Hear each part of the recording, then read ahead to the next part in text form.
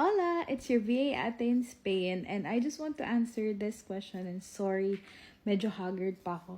Pero ano daw ba yung visa na need if want mag-process ng digital nomad visa, yung 3-year na residency dito directly sa Spain, meaning magla-lodge ka sa OHE via the online portal. So, ang kailangan mo dito, it would depend. So, technically kasi, you can use any type of visa that makes you legally allowed to enter Spain. So that means tourist visa, Schengen visa. But that can also mean maybe a student visa from another Schengen state. Maybe you already have a digital nomad visa from, for example, Portugal, Croatia, this other Schengen areas na nag-offer ng digital nomad visa, and maybe ngayon mo lang na-discover itong Spain or now mo lang na-reach yung minimum income requirement for the Spain digital nomad visa and you want to try applying. So, wala yung problema as long as you're legally entered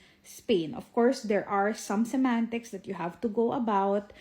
If magsiswitch ka, for example, from a student visa to the digital nomad visa or through a work visa tapos digital nomad visa, medyo may complications yon. But definitely, if you have any questions, please leave them down below. You know, you can also book a free consultation. The link is in my bio.